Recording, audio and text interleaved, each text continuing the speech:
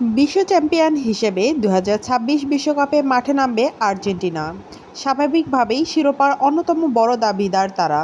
কারণ গত কয়েক বছরে লিওনেল স্কালোনির দল শুধু ট্রফি জিতেনি, তারা তৈরি করেছে এক দুর্দান্ত জয়ের সংস্কৃতি। কোপা আমেরিকা, ফিনালিসিমা, বিশ্বকাপ সবকিছু জয় করে আকাশী নীলরা এখন বিশ্বের অন্যতম ভয়ঙ্কর দল। কিন্তু বিশ্বকাপের মঞ্চ কখনোই সহজ নয়। এখানে নামের চেয়ে বড় হয়ে দাঁড়ায় মুহূর্তের পারফরমেন্স। একটি ভুল, একটি লাল কার্ড কিংবা একটি অসাধারণ গোল পুরো টুর্নামেন্টের গল্প বদলে দিতে পারে। তাই টানা দ্বিতীয় বিশ্বকাপ জয়ের স্বপ্ন পূরণ করতে হলে আর্জেন্টিনাকে পার হতে হবে একের পর এক কঠিন পরীক্ষা। চলুন দেখে নেওয়া যাক বিশ্বকাপ ট্রফি ধরে রাখার পথে মেসিদের সম্ভাব্য যাত্রাপথ এবং সবচেয়ে বড় বাধা। গ্রুপ পর্ব সহজ দেখালেও বিপদের সম্ভাবনা উড়িয়ে দেওয়া যায় না। গ্রুপে আর্জেন্টিনার সঙ্গী হয়েছে আলজেরিয়া, অস্ট্রিয়া এবং জর্ডান। কাগজে কলমে এটি তুলনামূলক সহজ একটি গ্রুপ, তবে বিশ্বকাপের কোনো ম্যাচই সহজ নয়। প্রথম ম্যাচ আর্জেন্টিনা বনাম আলজেরিয়া। প্রথম পরীক্ষাতেই অপেক্ষা করছে আফ্রিকার শক্তিশালী প্রতিনিধি আলজেরিয়া। রিয়াদ মাহ্রেজদের দল গত দুই বিশ্বকাপ খেলতে না পারলেও তাদের সাম্প্রতিক পারফরমেন্স বেশ নজরকাড়া। ইউরোপের বড় দলের বিরুদ্ধে তারা প্রতিদ্বন্দ্বিতামূলক ফুটবল খেলেছে। আলজেরিয়ার সবচেয়ে বড় শক্তি তাদের গতি, শারীরিক সামর্থ্য এবং কাউন্টার অ্যাটাক। আফ্রিকান দলগুলো সাধারণত বড় টুর্নামেন্টে চমক দেখাতে পছন্দ করে, ফলে আর্জেন্টিনাকে শুরু থেকেই সর্বোচ্চ মনোযোগ দিয়ে খেলতে হবে।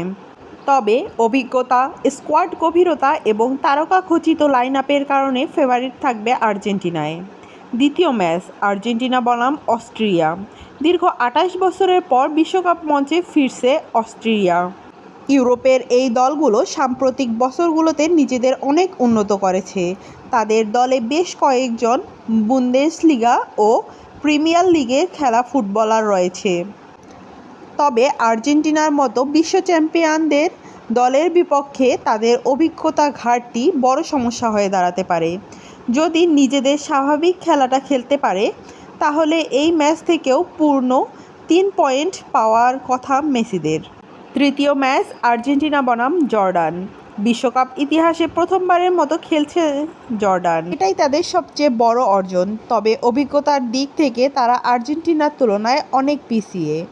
বিশ্বকাপের মঞ্চে প্রথমবার খেলতে নামা এই দলের জন্য লিওনেল মেসিদের মতো প্রতিপক্ষকে মোকাবিলা করা বিশাল চ্যালেঞ্জ। সব কিছু স্বাভাবিক থাকলে গ্রুপ চ্যাম্পিয়ন হিসেবেই নকআউটে উঠবে আর্জেন্টিনা। Round of 32। প্রথম বড় ধাক্কা উরুগুয়ে। গ্রুপ চ্যাম্পিয়ন হলে আর্জেন্টিনার সামনে আসতে পারে উরুগুয়ে। এখান থেকেই শুরু হতে পারে আসল পরীক্ষা।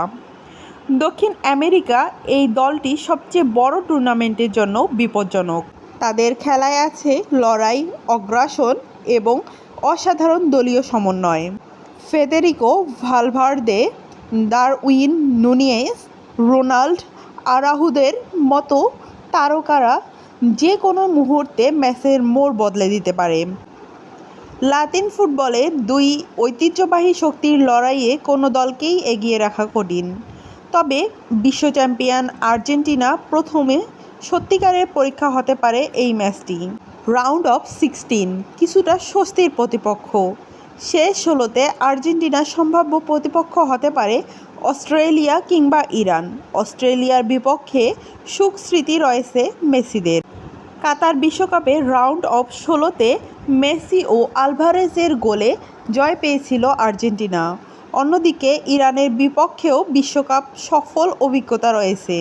২০১৪ বিশ্বকাপে অতিরিক্ত সময়ে মেসির অসাধারণ গোলে জয় পেয়েছিল আর্জেন্টিনা। এই দুই দলের যে কোনো একটির বিপক্ষে মাঠে নামলে ফেভারিট থাকবে স্কালোনির দলই। তবে নকআউট ফুটবলে ছোট দল বলে কিছু নেই, এটাও ভুলে গেলে চলবে না। কোয়ার্টার ফাইনাল মেসি বনাম রোনালদো, স্বপ্নের ম্যাচ। কোয়ার্টার ফাইনালে অপেক্ষা করতে পারে পর্তুগাল। আর যদি সেটাই হয়, তাহলে ফুটবল ইতিহাসের সবচেয়ে আলোচিত দ্বৈরথের আর একটি অধ্যায় দেখতে পাবো বিশ্ব। লিওনেল মেসি বনাম ক্রিস্টিয়ানো রোনালদো। দুই যুগের দুই সেরা ফুটবলার, দুই কিংবদন্তি যারা গত 2 দশক ধরে ফুটবল বিশ্বকে শাসন করছেন। বিশ্বকাপের নকআউট মঞ্চে যদি তাদের দেখা হয় তাহলে সেটি হবে কোটি কোটি ফুটবল প্রেমীর স্বপ্নপূরণ। তবে আবেগের বাইরেও বাস্তবতা আছে। পর্তুগালের বর্তমান স্কোয়াড অসাধারণ ভারসাম্যপূর্ণ। তরুণ ও অভিজ্ঞদের মিশলে করা দলটি যে কোনো বড় দলকে হারানোর ক্ষমতা রাখে। ফলে কোয়ার্টার ফাইনাল আর্জেন্টিনার জন্য হতে পারে সবচেয়ে কঠিন ম্যাচগুলোর একটি। সেমিফাইনাল ব্রাজিল নাকি ইংল্যান্ড? ধরে নেওয়া যাক আর্জেন্টিনা কোয়ার্টার ফাইনালও পেরিয়ে গেল, তাহলে সেমিফাইনালে অপেক্ষা করতে পারে দুই ফুটবল পরাশক্তি, ব্রাজিল অথবা ইংল্যান্ড। যদি ব্রাজিল হয় তাহলে সেটি হবে দক্ষিণ আমেরিকার দুই চিরপ্রতিনিধিত্ব মহারণ। মেসি বনাম নেইমার বিশ্বকাপের সেমিফাইনাল লাতিন ফুটবলের সবচেয়ে বড় মর্যাদার লড়াই। এই ম্যাচে আবেগ, উত্তেজনা এবং চাপ সব কিছুই থাকবে চরম পর্যায়ে। যদি ইংল্যান্ড হয় তাহলেও চ্যালেঞ্জ কম নয়। জুড বেলিংহাম, হ্যারি কেন, বুকাও সাকা, ফিল ফোডেনদের নিয়ে ইংল্যান্ডের স্কোয়াড বিশ্বের অন্যতম শক্তিশালী। বহু বছর ধরে বড় শিরোপার খোঁজে থাকা ইংল্যান্ড এবারও বিশ্বকাপ জয়ের অন্যতম দাবিদার। ফলে সেমিফাইনালে প্রতিপক্ষ যেই হোক, আর্জেন্টিনাকে নিজেদের সেরাটা উজাড় করে দিতে হবে।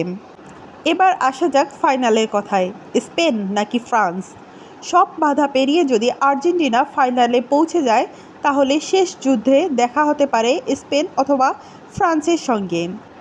যদি স্পেন হয় তাহলে এটি হবে ইউরোপের বর্তমান সেরা শক্তি বনাম বিশ্ব চ্যাম্পিয়নদের লড়াই।